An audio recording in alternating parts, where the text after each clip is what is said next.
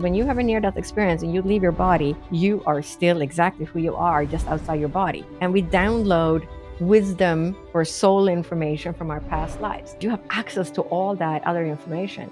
Then you put back into the body with your tiny brain to try and comprehend. Every thought that you have is a frequency in itself. So we resonate with everything around us. We're all entangled. We're all one in the end. We're just the blood cells of the earth. It's the biggest illusion that we're separate. We're all connected. Everything is connected. You have access to everything. All the different things that people are unhappy about is typically an ancestral wound. The most common one that I see is what's called a mother wound. We even have DNA studies now that show that we inherit behavioral patterns from our ancestors. Once we understand why we're struggling with something, we recognize the pattern. We create healing, not just for ourselves, but also for the people where the struggle originated from. When you send healing to them, even if they're in the spirit world, they're going to receive that healing. Just creating healing creates such a shift within us. We become somebody different. There is an awakening that happens within you when after I had my near-death experiences, which we talked about in the last episode, and then I went to medical school. I was guided. I started hearing the spirit world, and then guided to go to medical school. And then when I graduated, I went to Arthur Findlay College in England and studied mediumship. And it's such an interesting, what happened next, because I was actually working as a medium, doing mediumship readings, on top of working as a physician. So I kind of divided my time. And as I was doing these mediumship readings, I would get, I got the grandmother. I had like 4 readings that were almost identical.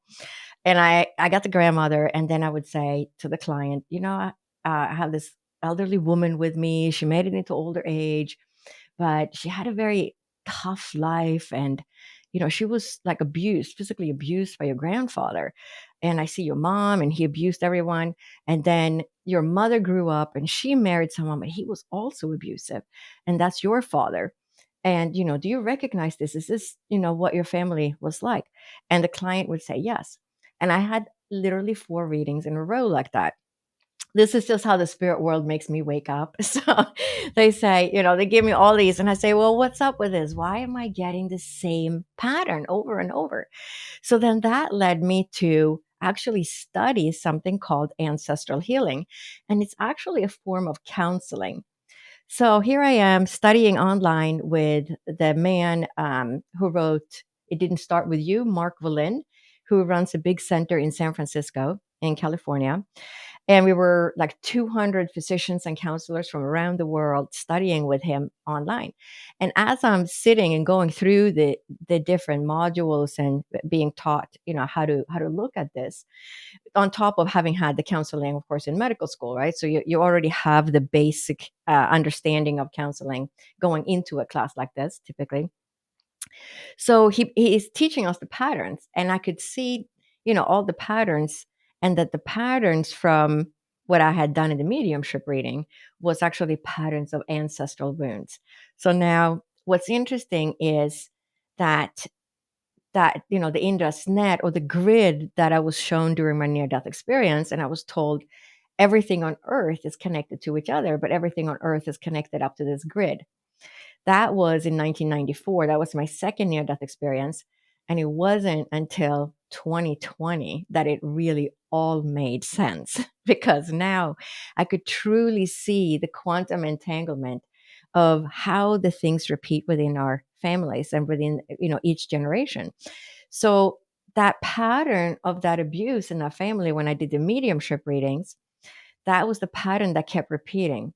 And it's repeating for different reasons. There are different ways that our patterns repeat. But when I work with people, the most common one that I see is what's called a mother wound, because we come from mother. Okay, we spend 9 months in her womb, and then we get born, and we carry 50% of her DNA. You carry 50% of your dad's DNA. So talk about being entangled. So you're entangled via the DNA. You're entangled via quantum physics or quantum entanglement, and you're entangled just by your own lived experiences. So it's a really nice soupy blend where you have so many opportunities to tune into whatever it was that your parents didn't resolve. Guess what? It's all the things that your ancestors didn't resolve all the traumatic events that they experienced, wrongdoings and things. Now, we don't take all the things they did wrong, right? But each of us take one, one, two, three of the things they didn't resolve.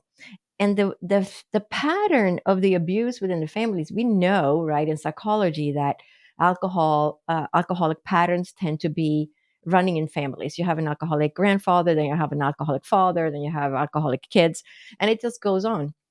But it's really an ancestral wound in the end, because that mother wound, we tune into the mother. I was going to say this, the most common thing I see is a mother wound. And that's why I'm going to be teaching a class at the Shift Network, which begins at the end of September. I think the intro event airs September 10th. But it will be all about, how do you untangle this for yourself? How do you learn to see the patterns within your own family so that you can untangle it? But the patterns of the abuse keeps going down, and many times it's because of a mother wound. And so that child, whether it's a boy or a girl, tunes into the mother. And then, if it's a woman and the mother was abused by the father, then the daughter typically marries somebody who's also abusive or also an alcoholic. The same things that they rejected in their father, but they actually tune into the mother, because we have unconditional love for our parents as toddlers, because we're completely dependent on them. We come into the world, and that is our first love. We're completely innocent coming in as infants. But that it's something called merging. We merge with the mother, meaning we repeat the pattern. So the mother in this case was abused by the father, and her mother was abused by her husband. And then the daughter grows up and marries somebody just like her own father. So they each marry the same person that they didn't like because he was abusive. Because we repeat the pattern, that trauma hasn't been resolved. And so when you look at it from like a quantum physics standpoint, I think of it as, when you think of noise canceling headphones, right? You get all these like sound waves going through, and then we come with our healing waves. Okay, we see it, we got this, we have the trauma, and it meets, like, your healing frequency meets the trauma frequency, and now it's like you cancel it out, because once you see it, once you understand why the pattern is repeating, who you're inheriting that pattern from, now it's not there anymore, because now you have a clear understanding of why it is you're struggling, right? But it's the same with so many different things that we experience. We have problems in our relationships. We don't feel seen and heard by our partner. Why am I always doing the dishes? Why can't my spouse change the diapers? Why do I have to go to the grocery store, right? All the different things that people are unhappy about is typically an ancestral wound, because we're merging and we're repeating things from our ancestors. There is so much in there. What happened in 2020 that helped you see the quantum entanglement in a richer way? So when I start, you're right. So when I studied the ancestral healing and I became aware of the patterns, that we just constantly pass down through the generations, and we just repeat them, and we don't even know why, because we repeat patterns that we reject. If you reject something, that's a sure thing, you're gonna repeat it. Anything we reject comes back, because when we reject it, it's something that is unhealed. So all unhealed events basically comes back into your life. And so you reject something. So you reject your father because he was verbally abusive. Guess what? That daughter is now going to marry that verbally abusive husband, because that's an unhealed relationship with her father, that is now a second chance to heal that relationship by marrying somebody that's just like her father. But it's the same thing, for men. You reject your mother or you reject your father. If you're a man and you say, I reject my dad, I don't like him, he was verbally abusive, he never could understand me, he couldn't see me for who I am, right? And you reject that. But when you reject your father and you're a male, you're also rejecting part of yourself, because you carry 50% of the DNA. So it is it's a really entangled at a much deeper level than we tend to think of it. Well, that actually bleeds me into, and this is why I love having these conversations with you in particular, because it's almost, I remember this fondly. You're also the biggest skeptic I've ever met in many ways, if that makes any sense. But for those that have tuned into the last episode, you know exactly what I'm talking about. The question I'm going to ask you is ancestral healing in the 3D, you know, and when I mean 3D, like everyday sort of language, zeitgeist, we do have this conversation around DNA. We do have this conversation around genetics. We do have this conversation around that was hereditary, right? So things do get handed down in a very 3D sense of the word. But then also when you use terms like ancestral healing, it doesn't feel as hereditary. It doesn't feel as 3D. It feels somewhat karmic. It feels much more energetic. It feels much more quantum. So when you say it's really deeply woven, is it because it's woven in like both senses of the term, like both dimensions that I'm referring to there, and maybe then some as well? Right. So, I mean, you're inheriting patterns. We know that you inherit patterns via DNA. We even have DNA studies now that show that we inherit behavioral patterns from our ancestors. So it's not just you have brown eyes and brown hair. No, grandpa was in a war. Guess what? Now you have maybe inherited different types of responses that he experienced. Right. And then we got the quantum entanglement where we know that the people that won the physics prize, the Nobel Prize in physics, was that like 2022 or 2023. They proved that the particles that are once entangled or that have once met, if you have two particles that meet, and then it doesn't matter if one goes to Australia and the other one goes to Europe, because those particles have met, now they are forever entangled. But that's the same with us as humans, right? We're entangled now because we're having this conversation. Where is anytime you meet people, you're entangled with them. So even the offspring gets entangled. So if you have two particles, right? You have two particles, and then you got another two particles. If I do this now, I'm going to set off some confetti or something on my screen. I don't think I turned it off. We'll see what happens. But if you have two particles, right, and then one of the particles meet, now they're entangled, and the other two particles stay behind, and they never met, but they were once together with the other particle, right?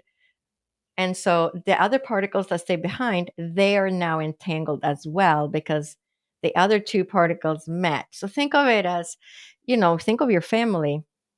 So you never met grandpa, but your dad met him, and your grandma met him, and so you're part of that family. So you're entangled with grandpa just via quantum physics, even though you never met him. But then you're also entangled via DNA, It's really right? interesting because when we feel into the Big Bang, right? Like, so there was a Big Bang and then everything sort of went poof, and then everything sort of emerged from there. And I feel like then isn't everything entangled with everything as of that moment? Like everything's kind of had a collision with it and of itself, and it's all just been this one big soup. Like the engineer in me tries to reconcile the origin point, I guess, of all the entanglement. Feeling into the net, is there some truth in and around some of that? I mean, everything I think is, we're all entangled. We're all one in the end because, we're just the blood cells of the earth. We're all part of the earth, right? All the animals, all the trees, all the grass, we're part of the earth. It's the biggest illusion that we're separate, right? That's what Einstein used to say, is it's just an illusion. And I couldn't agree more, because once you're outside your body, if you have a near death experience, you realize that, hey, we're all connected. Everything is connected. You have access to everything. I mean, it's like having a near death experience is like, let's say you live in a studio apartment that is just basically the size of the room I'm in. You got a little cooktop in one corner and little toilet in the other corner. You live in this tiny, tiny room, right? And then you have a near death experience. Now you live in a 50-room mansion, right? On several acre property. And you have several living rooms and several bathrooms, right? And it's huge. And then they say, all right, sorry, your life's not over yet. So we're going to put you back in that little room where you lived before. And you go back into this little matchbox. But that's literally what it feels like, because you just get put back into this body that is just this little tiny sort of box, right? But when you're out of it, when you're having a near death experience, you have access to all that other information. Then you put back into the body with your tiny brain to try and comprehend it all, right? And that's kind of the magnitude of what that's like. Oh my goodness. Dr. Lotte Valentin, connected to Indra's nets, quantum healer and medical doctor. It's such a gift to have individuals like this on the podcast. To all of you that are subscribed to the channel, I just want to take a quick sec out to give you a sincere, heartfelt thanks. Thank you so much for your subscription to the channel. Everything you see around here is powered and empowered by your subscription, love, and support of the channel. Thank you so much for sharing these episodes around.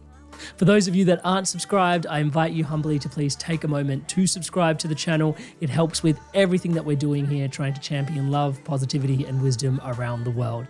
Please, I'll wait for a moment. I'll take a moment. Go on, there's a button just below this video waiting for you to click subscribe. Thank you so much. Back to today's episode. Yeah, well, one of the things that I think was really useful to start to understand is actually that ancestral healing and past life healing are two separate bodies of work.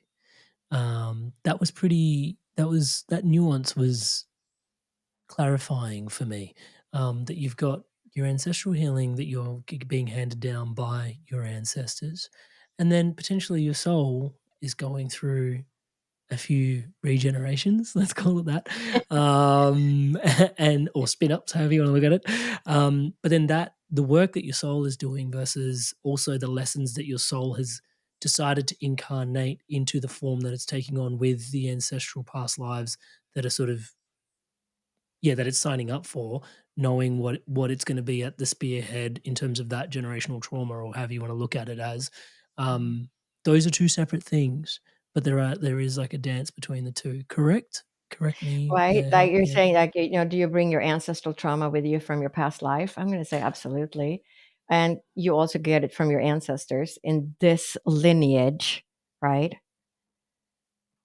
That is so woven, like that is so deep, and there's so much Right. going on I in that mean, soup.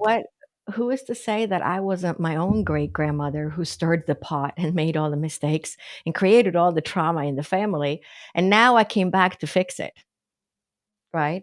I mean, when you think about it, because, do we recycle? Do we come back? Um, because when you look in astrological charts, you can say, oh yeah, I can see you had a past life with this person that you're together with now, right? They see those things in the astrological charts. I've been told that I was in a past life with my ex-husband. I was in a past life with, one of my kids, and they can see those things in the charts when they look at each of the people's charts. So if that's true, then right, then we have past lives with people we're together with today. And some people have memories too. They remember. I mean, we have, Netflix made that whole series of the kids that have these memories of their past lives. And it's typically when they're toddlers, like 3, 4 years old. And they talk about the family that were there. I fought in World War II and I flew this airplane and this was my co-pilot. And I have all the information. I mean, there's no way this 3 or 4 year old would have that knowledge, right? And the parents, like, we have no idea what it's talking about. And they made a Netflix series on it.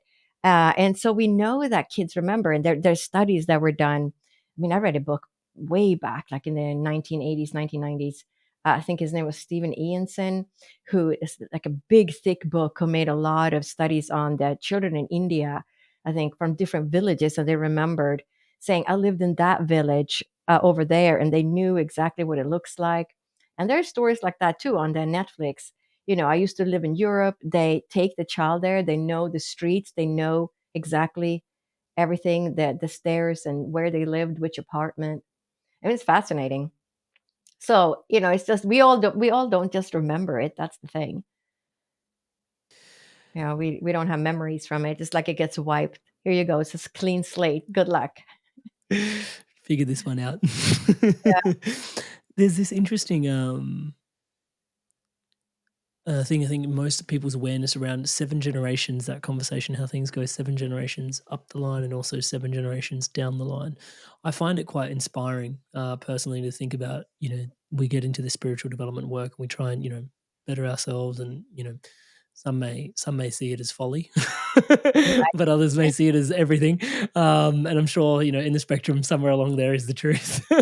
But nonetheless, there's 7 generations behind you, like you doing the work. Like I notice, even becoming a father myself, not that, But there's things generationally that is just very different, to the way I'm raising my kids, to the way my parents raised me. And just looking at that, kind of going, oh, okay, and that's having a ripple effect.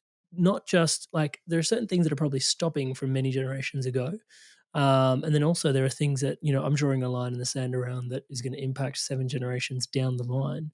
When you think about 7 generations down the line, like Australia as a country where I live is like 200 years young. Yeah, I'm not even sure that's 7 generations. Yeah, so it's actually quite the call to arms to do like intergenerational trauma healing work, because like 200 years ago, this country wasn't even like found by Western civilization, right? And that like to think about what ripple effects you'll have 200 years from now based on doing this work is quite inspiring. Your awareness around the 7 generations up and down thing, and just the importance of doing this work.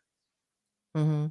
Yeah, no, absolutely. And not only do we heal, I mean, when we do go through the motions and we figure out why it is that we struggle with certain things, which typically comes from a trauma, right? Because it's always the unresolved issues, the unresolved traumas of the past that get swept under the carpet. That's what gets passed down, right? Because it's an unresolved issue of some kind, and that's what gets passed down. But all the good things gets passed down too, and we don't all get, you know, if you think of, I'm the only child and my dad had, I got 20 faults. Well, you might have gotten two or three of them, somebody else is taking the other ones, unless you resolve them. And, sometimes people just kind of like peel back the onion, and then other things come up as they heal one thing, another one comes up.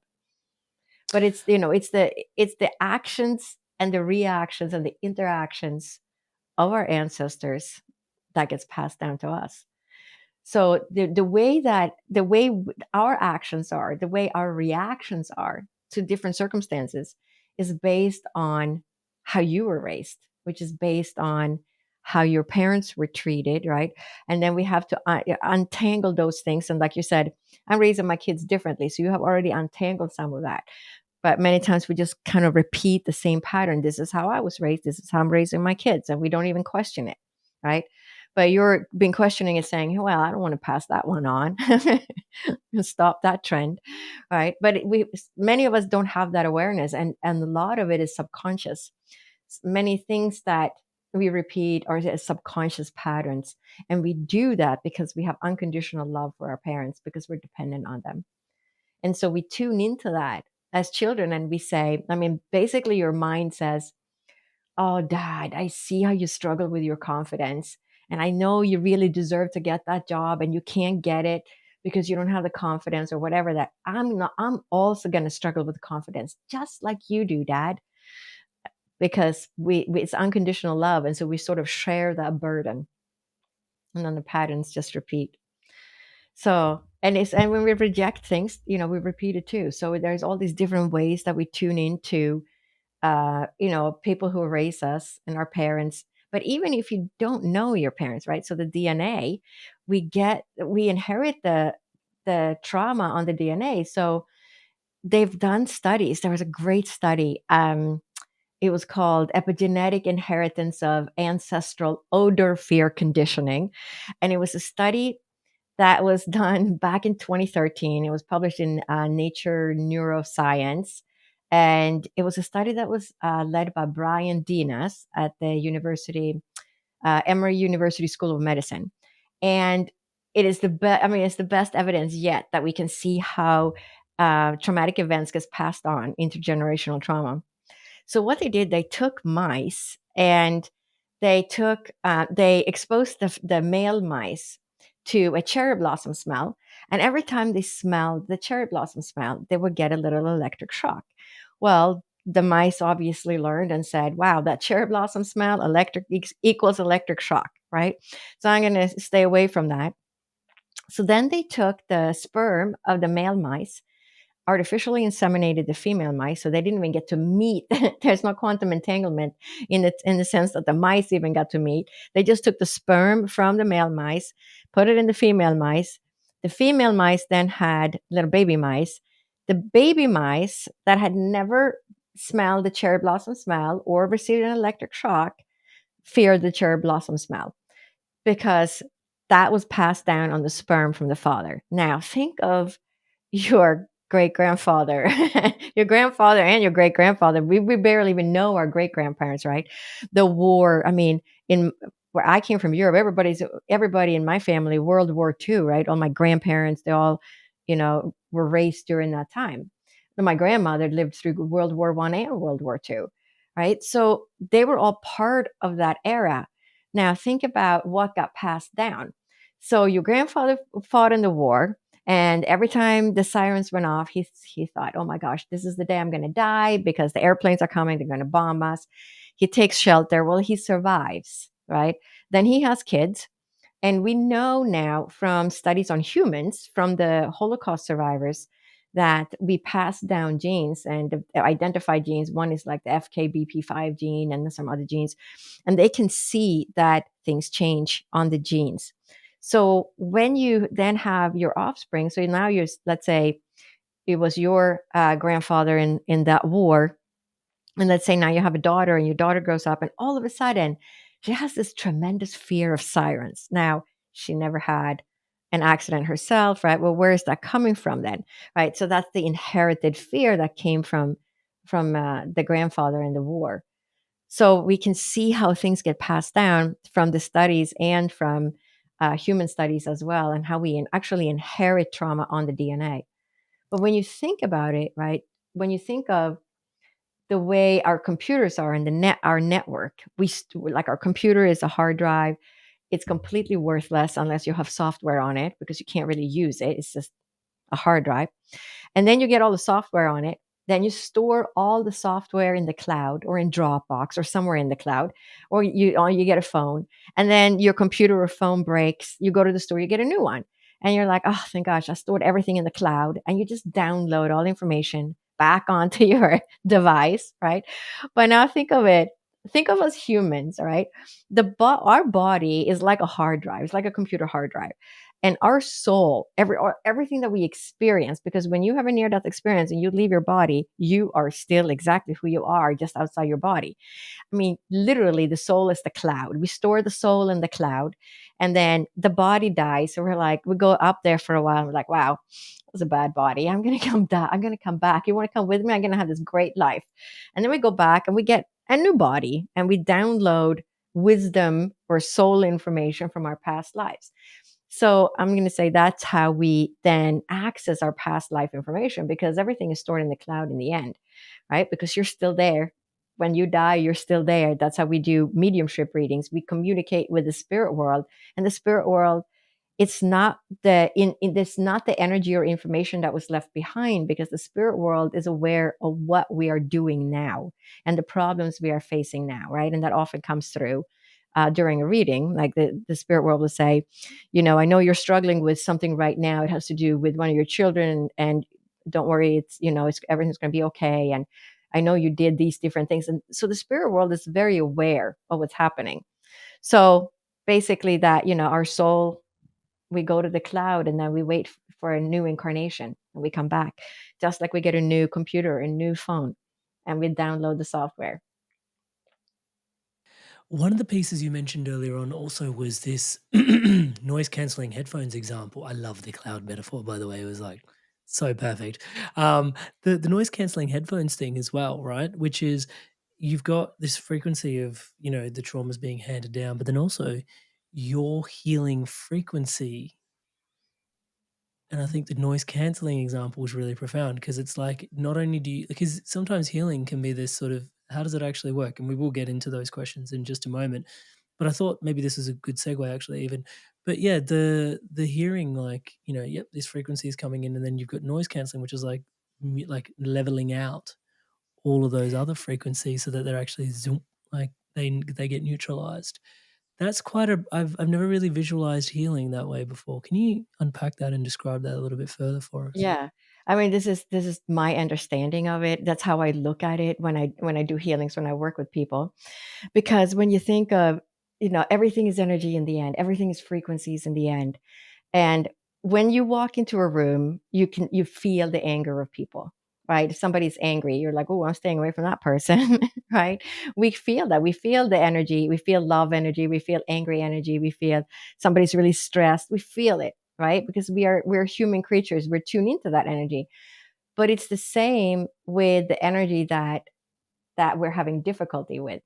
Because once we understand why we're struggling with something, we can unpack that and say, now I see the pattern. I see now I just repeated. My mom had the exact same struggle. I'm just repeating this issue for myself. But then once we recognize it and we say, okay, now we recognize why your mother had that issue. Why did she struggle with that? And that then you struggle with the same thing, right? So we create healing not just for ourselves, but also for the people where the struggle originated from. And so you're sending that healing back and you say, I see now why you struggled with this. You had this issue because you were married to my dad and he was this abusive, verbally abusive man, right? And you struggled with being seen and heard, and now I struggle with it. I married the same kind of person. But then now we see it, now we understand what the problem is, so we can resolve that. We can say, okay, I don't have to do this anymore, right? And so we create healing for that, but we also send healing back to that person, whether they are here on earth or in the spirit world. It doesn't really matter because it's of quantum entanglement. We are entangled with everything that exists anyway. So whether they're in the spirit world or here, doesn't really matter. But when you send healing to them, even if they're in the spirit world, they're going to receive that healing. And so think about them now when they're coming back. They're going to come back. They're going to get a new hard drive, a new body. They're going to download their soul information. But now they've healed that part, right? So they come back into a life, and now that part is healed. And I know that they feel the healing on the other side because I've sent healing to different people in the spirit world. And then I went to Arthur Findlay College and studied mediumship several times and had a reading with one of the teachers. And the teacher says, okay, so this person, in the spirit world that we're talking to says that you sent healing to them last week. And I said, yes, I did. So, and they said, yeah, they feel it. They heal on the other side. So learning about it, it's fascinating because we think we are so independent or that we're not entangled with other things, but we are so entangled with everything that exists, not just our family, but with friends and family and animals and trees and bushes and everything. We're really connected to everything that exists. We just have this impression we're not. When it comes to healing others, I think a lot of people struggle so much with just having so much of their own baggage that offering healing up to others seems like such a what concept at times, right? And I think just for us to take a quick moment to reflect on, you sending healings, whether it's to someone in the spirit world or even just, here in this realm, um, like what does it cost you? I think it's an important conversation to have because I think people feel like it comes at an expense of their own resource and availability. You mean what does it cost them in terms of um, Energy, intention, in frequency, energy energy, and like, because I think right? there's a misnomer there, like, people think it takes a lot to send energy and healing to someone else, but it comes Right. from Yeah. this dimension where we're all No, more it's so take than simple. give, Yeah, I like mean, it's so simple. I mean, literally, you just close your eyes and say, "I send healing." That's it. All your every thought that you have is a frequency in itself. So, all your actions, reactions, and thoughts and interactions all create frequencies on the right on the earth itself. So every thought you have, if you have, being grateful for things, then you're sending out. You're being grateful, right? I mean, it's like all the different things they've been talking about for years. Like what you send out is what comes back, right? I call it the boomerang. Like, because if you go into a room and you're angry, then people are going to be angry because that's the energy you're giving off and you're creating anger, right? But if you create gratitude, if you walk into a room and you hug everyone and you say, "Oh my gosh, I'm so happy to see you," right? And you give everybody a hug, then, oh, they're so happy. They feel so good now, right? Because you're giving off that love energy. You're giving off, compassion. But if you give off anger, then you're going to get anger in return, right? But we resonate with everything around us. We resonate and entrain with everything around us. So it's, we're all water anyway. We're like 70% water. When you look at Masaru Emoto's work with the water crystals, right? And he did all that work. Are you familiar with his work? Alrighty, guys, just taking out a quick sec to ask you a humble question. What is your experience with quantum healing, quantum entanglement, what's your awareness in and around the quantum? Have you done work like this before? Have you considered work like this before? What are your thoughts? Where are you at on this journey of quantum healing? I find it beyond fascinating. Leave me a comment below. I'd love to hear what your thoughts are. I read all the comments. I try to write back to as many as I can. Leave me a comment below. Back to the episode. Yeah, very much so. Yeah. We just had Veda Austin on the podcast a couple of days ago, and she's trying to take his work even further. She takes she freezes water with intention, puts it in Yeah. her fridge, and then pulls it out. And then there's this fourth phase of water that she discusses, which is plasma.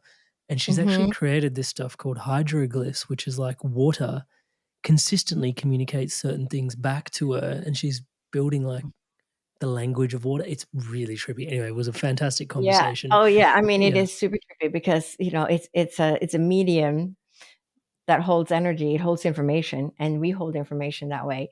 Yeah, it sounds super interesting. I'm so glad that somebody's continuing his work. Yeah, Because it's it's really, incredible. such important Yeah. work, because it shows in such a great way, such a visual way of seeing how we're so affected by it. But that's exactly what happens when you do this ancestral healing and we resolve our own struggles. We create a new frequency by creating healing for ourselves. And when you heal your own issues, whatever that issue is, it could be, you have anxiety, OCD, you have relationship issues, you have financial issues, you have physical issues, you're sick. It doesn't matter what it is, whatever issue it is, it's tied to something. Why is it that you're experiencing those difficulties or those struggles in your life? Well, to a certain extent, we incarnated to have certain experiences, right? But then how do we resolve that? But when we resolve it and we figure it out, I mean, when you create healing for yourself, your frequency is going to change. So now you're not the angry person anymore, because you're becoming more compassionate as you're figuring out, and, oh, I'm married to the wrong person. Well, I have to move on. I got to do this. I got to get a new job. This is not the right job. It's not the right environment, whatever, whatever, whatever. But with all those changes that you make for yourself, right, you create healing. But, going self work is always the hardest, right? It's so easy to say, your friend has all these issues. I don't have any issues, right? I think that's just human nature. We always think it's so easy to pick at other people and see their faults, but not so easy to see our own faults, right? Because we're sort of blinded to it. And it's fascinating to me because I have a lot of clients that are actually psychotherapists, counselors, physicians, nurses themselves. And so this is their work. This is their work to deal with this. And then they hear me on the podcast and they're like, I was so drawn to it. I've had this issue like for 20 years and I can't figure out what it is. Right. And then I go through the patterns and I'm like, you know what? It really sounds like it's this.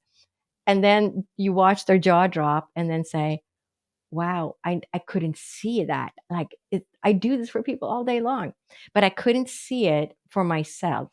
And I think that's really common, even though, we work, professional people that work with counseling and things like that, because we're so entangled in our own emotions and our own experiences that it's sometimes really hard to take a step back and get that bird's eye view and say, this is the pattern within my family, right? Because you're so tied into the different things you experience and the different hurts. My dad really hurt me when he said that, or my mom really hurt me and never felt loved, or whatever the issues are. But it's really hard because we're so emotionally connected to those wounds.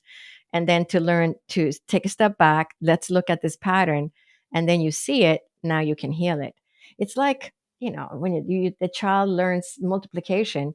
I mean, multiplication doesn't make any sense until you learn the multiplication tables, and then it's easy, right? This is the same thing. It's just learning to see the patterns, seeing the patterns, that you experience in your own family and within your soul family. And you can many times see the patterns. Many times it's several generations of things that get repeated. Um, I've had I think I had 7 women in the family. It was like the grandmother, and then the mom, the client, and her daughter. I mean, it was just like down the line, like the same issue was repeating over and over again. That they married someone, all the women were left also almost at the exact same age. Like they would marry someone and then they would be left alone at a certain age, either through death or divorce. But those patterns come back in the family. So if you're tuned into your mother, and your mother, let's say she became a widow when she was 35, the father died in a car accident, right? And then now the daughter grows up, and when she's 35, she goes through a divorce. So she's always also left alone, just like mom, and at the same age. So often things happen at the same age. It's called the ancestral clock, because the patterns repeat. And I've seen this so many times. It's like a clock that's just repeating, and it's just ticking, waiting. Okay, well, this happened to my mom when she was 35, and now I'm 35. I have the same issue. And it doesn't matter what the issue is. It could be, my mom was really sad when she was 58, because that's when her mom passed away. And now I'm 58 and now I'm sad. I don't even know why I'm sad. Why am I sad? I'm a happy person. Well, mom was sad when she was 58, and you tuned into that, and those patterns are repeating. So like it's subconscious. So sometimes that's why it's so hard to see it until somebody starts telling the patterns and you hear the stories, and then your mind starts to work, saying, oh, wait a second, I have almost the same issue. Now I start seeing the patterns, right? But that's how we learn, by tuning into these different patterns and the different stories. Then we can apply it to our own existence and our own families, and then resolve our issues. And then all you have to do is do a healing and say, okay, this I'm not carrying this problem anymore. Now I know why this problem is even here. And now we're going to send healing to this. I'm sending healing to myself. I send healing to the person I got this from. And that's it. Now that's gone. And I've had people tell me the craziest things, like, you know, I worked with someone, and then a year later, it was a nurse, and she said, "Oh, when I saw you last year," she saw me because she had a problem with colitis, which is like an intestinal disease. And she says, "My colitis got so good. So, but now I have this other issue I want to work on." Right. So it's really fascinating. And that was actually tied to a mother wound. It was the issues that, when did it start? What's happening in your life then? What was going on? And tell me about your mom. Tell me about your dad. Tell me about your grandma. And then you can see the patterns and why that is even an issue. But it's just fascinating, because we inherit these things and we take on these things. But the mother wound, which I'm going to be teaching at the Shift Network, is the most common problem I see. I'm going to say 8 out of 10 times it's a mother wound. Why would we have a perfect mother? I mean, think about this. If you had a perfect mother, then you wouldn't learn anything from that mother. Now, you as a mother, right? I'm a mother. I have 3 kids. They're adults now, but I did the absolute best I could. Was I perfect? I'm sure I was not perfect, but I did everything what I thought was right, right? But every generation learns something else. And when I studied ancestral healing, and he said, okay, today we're gonna spend the next 3 hours talking about the mother wound, and we're gonna talk about it next week, right? Because this mother wound is such a deep thing and it's such a common issue. And I just kind of relaxed and I said, oh, it's gonna be such an easy class. I don't have a mother wound. I love my mom. My mom was wonderful.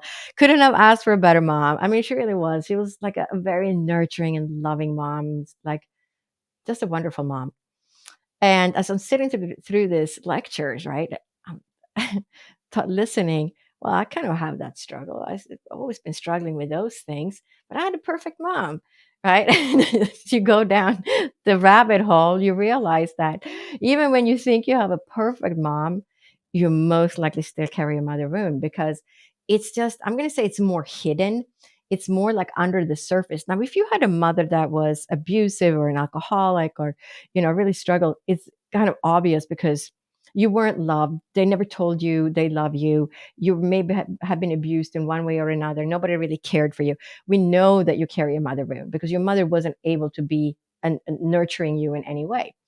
But when you have a really loving, nurturing mother, that those struggles are sort of under the surface more, and they'll show up in different ways, maybe with relationship issues, or being the common one with a good, having a loving mom, is being the people pleaser, because many times you have the loving mom and you're taught to be very loving, and your mom's very loving, and you're learned to be, be pleasing to other people, to be that loving, nurturing person yourself.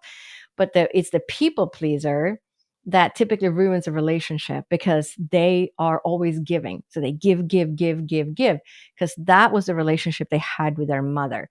They were always giving, just like mother. Mother was very nurturing, and they taught to be very giving, just like mom. Then they go into a relationship, and now they repeat that cycle of being giving, giving, giving. And then they say, why is it that my partner never understands me? Why is it that my partner can't see me? Well, because they don't know how to receive, because they were always giving. So it's actually the giver that sort of destroys the relationship, because they don't know how to receive.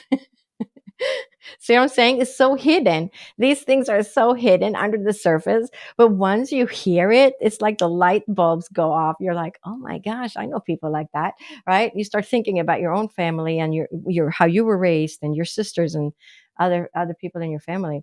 But it's not obvious, right? It's not on the surface. It's not that you were abused. No, you had a wonderful mom, but it gave you different struggles. So, I think we all have a mother wound, because we wouldn't have incarnated into a family if we weren't going to learn something from that mother, because we're way too entangled, right? So there's always lessons that are coming from, taking courses like this, or doing the work for yourself, because there is an awakening that happens within you when you start understanding why it is that you yourself are acting and reacting and interacting in the ways that you do, right? So it's fascinating. And then we pass it on to our kids unknowingly.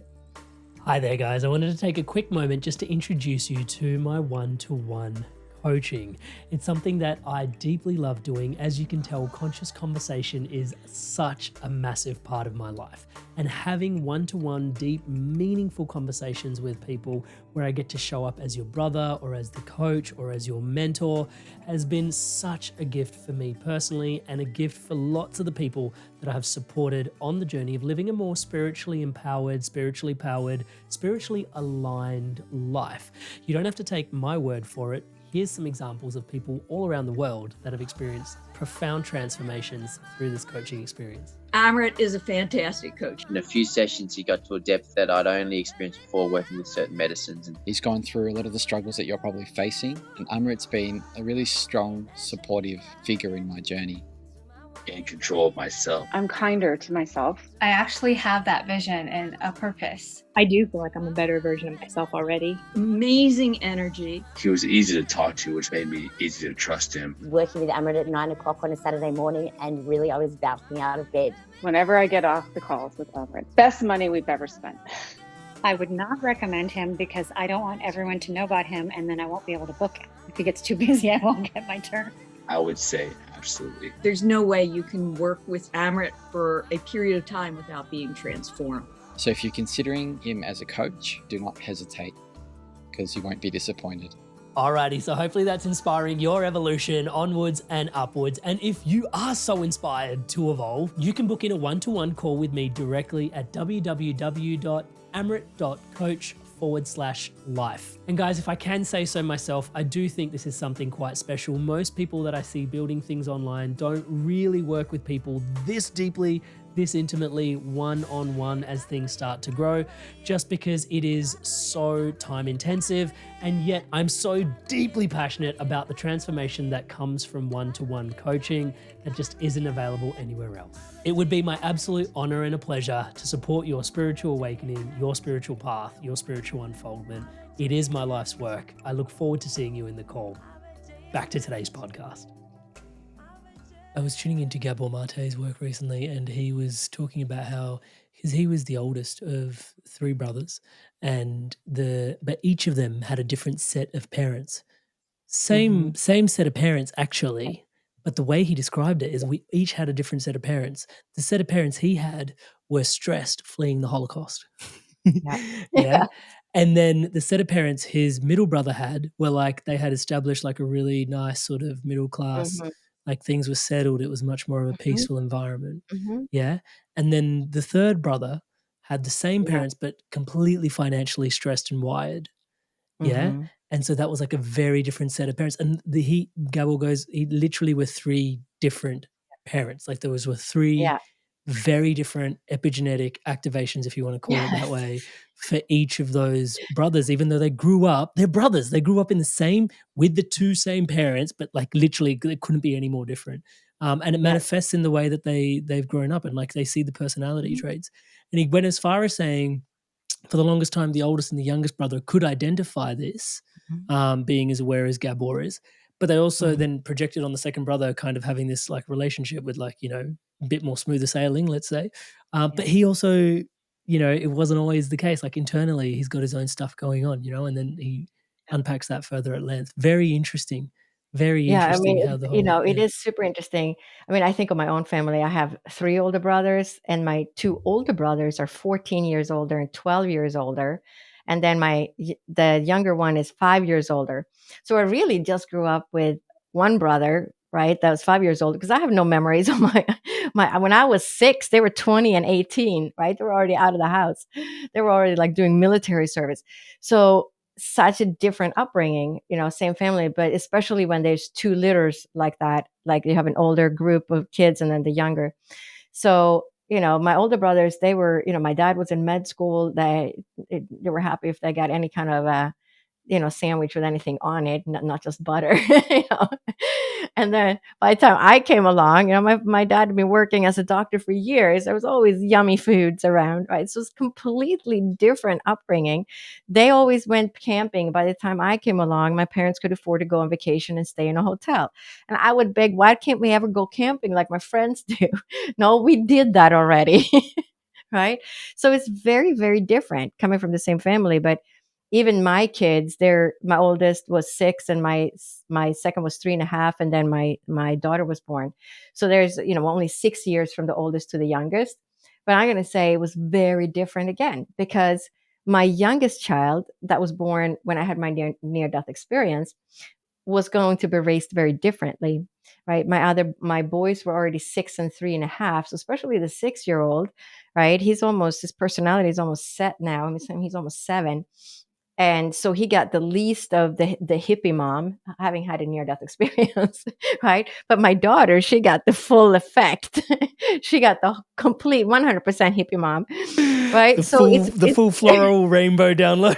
Yeah. right? So it's very different. That it depends. It's so true, because it depends on our own experiences, right? I didn't have that experience when those 2 boys came into the world, so I had a very different mom for those first years than my daughter did. Mm. Yeah, Dr. and so, Lottie, you know, every child has a different set of parents because we are in a different place. would it be possible for us to get an example of how to do a healing and send a healing? Could we do something like that on the podcast at this moment? Yeah. Yeah, so if we were gonna send healing to something, so, Mm. we would, tune into what it is that we're healing. Mm. So if I do healing, I will say, okay, we're gonna do healing. Let's say you're not seen and heard in your relationship. And we know that that comes from your mom because she wasn't seen and heard in her relationship. And you tuned into that, and you're repeating that. And so then we would say, okay, we're going to, you know, we're going to go send healing to this wound that we're carrying. We're carrying this issue, but it's not really our issue because it was really mom's issue, but you just tuned into it and repeated this issue. So then we recognize it and we say, okay, I understand why it is that I'm struggling with this issue now of not being seen and heard.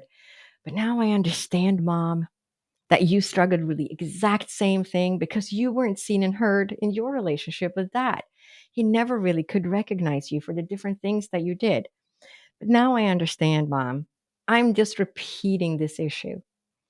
And I understand now I no longer have to carry this. So I'm going to give this back to you, mom, but I'm sending you lots of healing so that you can heal this issue, whether you're here in the earthly realm or if you're in the spirit world, it doesn't really matter. And I also want to send this healing forward in time to all my own children and to anybody else that comes after us, so that they do not have to repeat the same issue and same struggle that we have repeated. And then that's it. And you just send healing. You bring peace into your heart, and you say, okay, that's it. I don't have to do this anymore. This is where it's coming from. And now I am inviting, happiness and confidence, or being seen in relationships, or attracting the right person, or whatever it is you want to attract in. And you just invite that back in to your life, and send the other thing away. And sometimes it's like peeling an onion. So you send healing, and then a week goes by, and you realize you're struggling with the same issue. Then you just repeat it. You say, I know where this issue is coming from, Mom. I'm sending this back to you now. I know I don't have to carry this anymore. I just helped you carry this burden through life. And I send you healing, and I send Grandma healing, and all the other people that also carry the same issue. And you send forward in time to all your people that come after you. And you just repeat it if it comes back, and eventually it goes away, because you now know what it is. I mean, you're literally laying down new neural pathways, right? Because our brain is neuroplastic. So it's just a matter of, okay, we're not going down that train track anymore. I know where that train track, why I'm on that train track. It's because of those experiences. It's because I repeated it. It's because my mom had the same struggle. I don't have to do it anymore. So I'm going to change tracks. I'm going to go over on this track now. Right. And it's just a matter of, but what you have to recognize is you can't heal something if you don't recognize it. You can send healing, right? You can go through the field, and then you get a rash on your leg, and then you hold your leg and you send healing to your leg. Please, rash, go away. But you don't really know why the rash is there. And then eventually the rash goes away. So you're like, wow, I succeeded. Then you go back in the field, and you get a new rash, because there's like poison oak in the field, right? But once you realize that the poison oak, it grows in the field, you're like, you know what? I could just change my path. I'm just going to go a little bit to the left so I don't hit the poison oak when I cross the field. But resolving your own struggles is just as simple as that. It's just a matter of figuring out, well, why is it that I have this issue to begin with? But once you see where it's coming from, just like the poison oak grows on that path in the field, you don't have to go that track anymore. You can select a new track.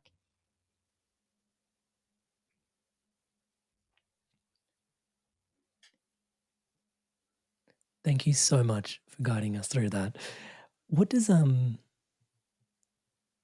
feel like once we've healed a mother wound? Because I appreciate what you're saying about the whole onion thing, because I think that's really important for people to have in their awareness. Because I think sometimes it's like, oh, I already gave that a really solid crack. Why has it come back up again? Yeah. And you feel like you're playing a bit of whack-a-mole. Touch wood. But I think the onion metaphor is really, really potent and really useful in there. But what does it feel like once you've released a mother wound? I'm going to say you feel, it's like when I work with clients, they'll say, wow, I just feel so much lighter now. Because like when I'm going to be teaching this course at the Shift Network, we're going to be doing a lot of what I call shamanic meditation journeys. And so I take you on like a 10-minute journey, and I guide you. So it's like I guide you on a shamanic journey. Usually a shamanic journey, they're like, okay, off you go. Tell me what you experienced. Right. But so I'm guiding you into kind of a different realm of existence. But once we get that, so it acts as a deeper layer. It's kind of like the subconscious. And I do this with my clients all the time. And it's so powerful. And that's why I use it. Because when we go into these meditative states, and we're going to be doing this, like looking at, after the class, we recognize the patterns, then I'll take you on a journey. Okay, now we're going to go on a 10-minute journey, look for the patterns in your own lineage. So when we go into these deeper meditation states, it's easier to, things come forward to our, mind in a different way, creates that consciousness. But as we do these different journeys, that's also what we do at the end. We do the healing journey. So we do shamanic meditation journeys to uncover things. And then we do a shamanic meditation journey to create healing for what we found. But it's once you do that, so this class I'm going to teach is a 7-week course. Then at the last at class 4, you start working on an issue yourself. So the first 3 modules is all about me teaching you the patterns, teaching you how to recognize it, sharing client cases with, of course, names completely changed, so nobody can recognize themselves, but to really instill the patterns so that people will be able to recognize the patterns themselves. Like I'm trying to teach people to be their own pattern, their own Sherlock Holmes. Because once you see the patterns, once you understand the patterns, it's like learning multiplication. Once you know the multiplication tables, it's just with you, right? It's not like you're going to forget it a week later. No, it's always with you. But seeing the patterns is the same thing. Once you see the patterns, now you can't help it but to see it all the time. And it's just pattern. I still see patterns. I've been doing this for years. I still see, oh my gosh, that's another pattern. I didn't see that one before. It's like an onion. And it's the more you heal, here comes another thing to resolve. It's like you're just constantly peeling an onion. But for every onion peel that you pull back, right, you create more healing, and you create more power, more self-reliance, more confidence, more compassion, more peace and love for yourself and for everybody else in the family, because you change your frequency. You become somebody different, right, when you create healing. So the whole nervous system, I'm going to say, changes, because once you create that healing, then our nervous system is going to be different, because you're in a different space now. When you meet somebody who's just been heavily traumatized, right? Somebody who's in a car accident, you're trying to help them on the side of the road, or right, they're scared, they're shook up about the accident, right? They're in a completely different state. But when we create healing, go back to that person 3 years later, they've healed their PTSD of being in that accident. They're a completely different person than when you saw them, right? When they were in that response. But we're all, we carry these patterns with us every day, and in the way we interact with other people. We do things, we say things, we act certain ways, and we don't really, it's just subconscious. Yeah, And then even sometimes just we don't like it, right? yeah, I was gonna say, even just the way we carry our bodies, sometimes Yeah. it's like so much of it is informed by, yeah, Mhm. just the weight of the energetic stuff sometimes, and the lightness of the Yeah, energetic and stuff as people well. always say it's like a load of bricks fell off their shoulders, Yeah, yeah, after you do the healing, because it's like you feel lighter, because it's like something left you. It's like that issue, that struggle that's been sitting on your shoulders for so many years, all of a sudden it's like you have the light bulb goes off, and you're like, I can't believe, now I see it. Now I know why I struggled with that, right? But now you don't have to have it anymore, because you can see where it came from. It's like you just like take something off the shelf and put it back. It's like, okay, I don't need that. But it's like that. You just say, oh, off with that one. I don't need to carry that anymore. So it's yeah. it's just fascinating how, we're so entangled, and we're such bundles of energy in the end. And just creating healing creates such a shift within us. We become somebody different, right? I've had people tell me that I'm going to work with people to say, I haven't spoken to, this child in 2 years. I don't even know what they're mad about, right? And we do an ancestral healing, and we go through the different patterns, and we focus on them, and we'll tell me what your struggles are, and then we can see clearly many times why it is that that child's not talking, because it's tied into the mother, and sometimes it's, well, the client didn't talk to their mother. So I mean, sometimes it's very black and white, but we do the healing. But the interesting part is, many times I get 2 weeks goes by, and they'll get an email, and it says, you won't believe who just called me out of the blue, right? Because we are entangled. I'm telling you, we are so entangled.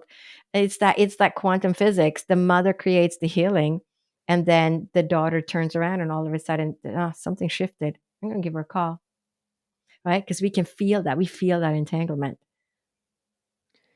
It's It's really fascinating. interesting. I didn't isn't it just? I only recently learnt that matrix, the word matrix, comes from the same etymology as matriarch, which is the maternal, and it's like Mhm. this whole thing is unwinding, and it's like, oh, matrix, and it's like, yeah, that comes from the Maya, the maternal side of things. That was really fascinating. Right. I mean, we used to worship goddesses, and then we had religion. and then we became a patriarchal society, right? But it's all, there's one society somewhere that still is a matriarchal society. I forget where they are, but it's the mother is so it's so potent because we spend 9 months in the womb, and that egg that you were formed from, right? Your mom's egg in her ovaries, those eggs, your mom made the egg that you came from when she was a 4 month old fetus in your grandmother's womb.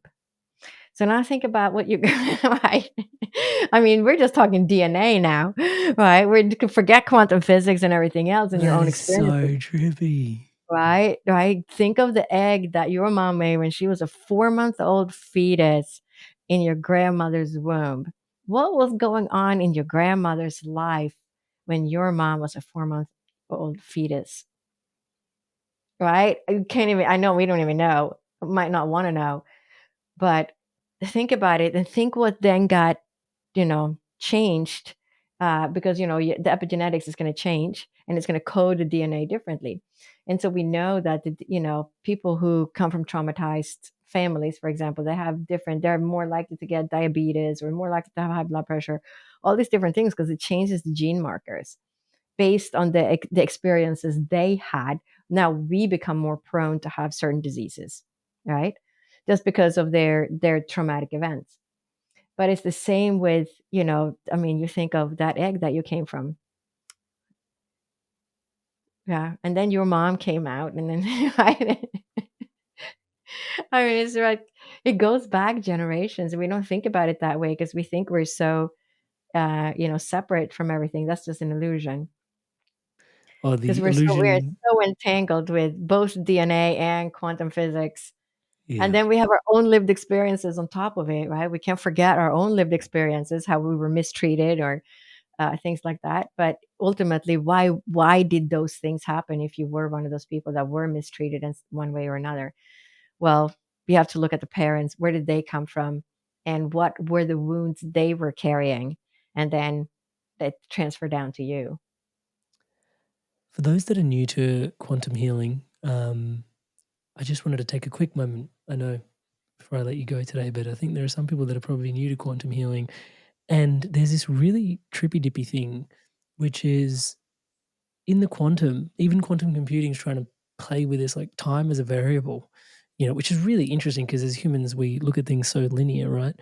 And yet, when it comes to quantum healing, the now is not just this present moment between yourself, myself, you listening in.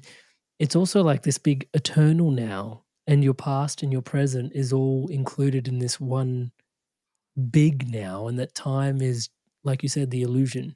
The time is just an illusion in some ways as well in that quantum healing space. You can actually go back and do a regression and do some healing and go forward and do some healing. And it's actually quite a slippery place to be. And I'll ask you a quick question before I get you to answer the question. Have you seen Harry Potter by any chance, Dr. Valentin? Yeah.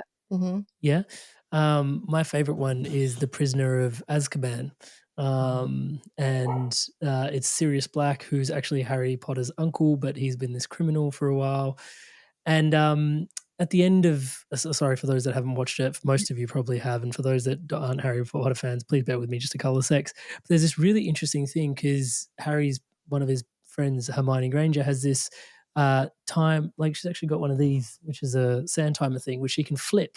And the number of flips she makes, it sends you that far back in time. Anyway, what happens is Harry goes along on an adventure and he ends up in this situation where he finds out that this criminal who he thought was a criminal actually turns out to be his uncle. He learns that he can actually no longer live with his current pseudo parents. He can live with his new uncle who was a criminal but actually is his dad's best friend, and he's really excited about this whole thing. But then, unfortunate circumstances, his new uncle, the criminal, is getting his soul sucked out of his body, right? And it's about to happen to Harry as well. So both of them are about to have their souls sucked out of their body. In this moment, Harry looks across the lake, and happen to be on the edge of a lake, and Harry sees his father appear and send this body of white light in the shape of a stag and drive away what was sucking out the souls, right? They call them dementors in Harry Potter. And then they go back in time, right? This instance happens, and Harry has this like experience of his father coming back in time. He sees him across the lake, and this dad's energy, and this stag, and this white light energy coming to serve. And then Harry goes back in time, and he ends up actually on the other side of the lake 3 hours later, but 3 hours earlier, if that kind of makes sense, because he's done this quantum jump, right? And so he's on the other side of the lake, and he is super excited because he's like, any minute now, I'm about to meet my father in some shape, form, or manner, because I saw him 3 hours before, which is 3 hours later. Again, thanks for following along, on the other side of the lake when I was about to have my soul sucked out of me. And he's standing there and he's waiting and he's waiting and he's waiting up until the last moment, and he's watching his own soul being sucked out on the other side of the lake, almost to the point where it's too late. And he goes, and something snaps within him, and he jumps out and sends a body of white light darting towards himself, and that drives the entities that were, eating out his soul away. And it's that metaphor. Thanks for following along with me, everybody, and yourself, Dr. Lotte. I know it's a bit of an explanation, but that has always stayed with me because that's what I visualize quantum healing to be like. Like he went back in time to actually save his own soul, to heal himself, to send himself white light healing energy. And it wasn't actually his father. He saw himself on the other side of the lake. And, sometimes we pray for guidance and we pray for prayers, we pray for blessings, and we don't know, but, sometimes we're going through really hard moments in life, but maybe there's a future version of yourself that's already prayed for love and blessings, and you've got the resilience in the present moment because that past self of yours had done the Harry Potter and send yourself some love and energy, right? In the quantum, like it's so trippy to think about synchronicities as being signs that your future past self might have sent to you. Like certain moments you just feel more resilient than others because some future or past self sent some energy to you. So with that sort of frame in mind, time being a bit of an illusion when it comes to quantum healing, can you describe quantum healing a little bit? Like I know it's such a big open question, but I think just for those, quantum healing 101, I'd leave it over to you. Right. So we're entangled with our ancestors, right? Because as soon as we meet, we're entangled, right? So when you think of the mother wound, you come from your mother's wound. So it doesn't matter what she did when you were there or not there, because you're attached to her. You were in her womb at one point. You are always going to be entangled with your mother, and you're always going to be entangled with the father, whether you've ever met the father or not. Let's say your mom got pregnant and she was at a party and she doesn't even know how she got pregnant. She just took a pregnancy test and she's like, I don't even remember, right? Because there's lots of people out there like that and they don't even know who the father was, right? Doesn't matter. The mom and the dad met. You came out as a result. You're entangled with that father, even though you have never met him and don't even know who it is, right? So those are always more difficult to untangle because we don't know anything about the father. But you're still entangled with that. Because that's quantum entanglement. So it doesn't matter that you didn't meet him because your mom met him. She's entangled with him and you come from mom. So you're entangled with that now. But then when you heal it, right, it doesn't matter because when you send healing, it's the same thing. It's everybody that you ever met, you're sending healing to your mom, and all the people that has the same issue, they're all going to be affected by your healing because it creates that ripple effect because we're all connected. It's just everything that at once met is always connected. Dr. Lotte, I will put a link to, the course at the Shift Network in the show notes below. Also, your website. You still do one-on-ones at the time of this particular call. So if people want to dive in deeper, I'll put in links to all of that in the show notes below as well. Your channel as well. So many incredible things that you're offering in the world. Such a pleasure as always to, just the wisdom and the grace with which you share it, and also just the left brain, right brain, it all comes together in these conversations. I really live for it. And just your generosity of heart with, just always so open to share yourself so vulnerably with us. And totally thank you for today's time and energy spent with us, but then also your life's work is really, in all of this. So thank you so much for who you are. Yeah, thank you so much for having me. Alrighty, inspired soul, you've made it through to the end of another incredible episode. Your inspiration to evolve is so inspiring. Now, on screen, just in a moment, you're going to find another video, which is Dr. Lotte's, which goes deep into her multiple different near-death experiences years apart and how they all built upon each other for her to basically end up in these really, really, really interesting, interconnected oneness spaces that she now carries as like an embodied experience. You heard a bit of a taste of that in today's episode, but it goes even deeper. So that'll be on screen in just a moment. But just before we go into another episode, I just wanted to remind you that everything you see around here, around the Inspired Evolution, is powered and empowered by your subscription to this channel. So if you haven't already, please do take a moment to hit subscribe. Hit the bell notification icon. It really helps everything we're doing. 2 episodes like this are coming out every week, Sundays and Wednesdays, Mondays and Thursdays, depending on where you are. And yeah, we're doing this all the time, and we're just expanding and growing and inspiring and evolving together. And to all of you that are subscribed to the channel, thank you so much for taking the time, for your ongoing love, support, your kind comments. Man, it's so heartwarming to feel into each of you that is committed to everything that's happening here. Thank you so much. Now, as promised, on screen, your opportunity to go deeper. If you see my face over here and you haven't subscribed, there's an opportunity for you to click on the face icon, touch wood, and subscribe to the channel. That'll do that for you. And on screen, Dr. Lotte's near-death experiences, what she learned, the proof of God, and all this other sort of stuff. Really interesting episode on screen, and another couple of episodes if you want to mix it up for you to decide your journey. Pick your own adventure. I'll see you in the next one.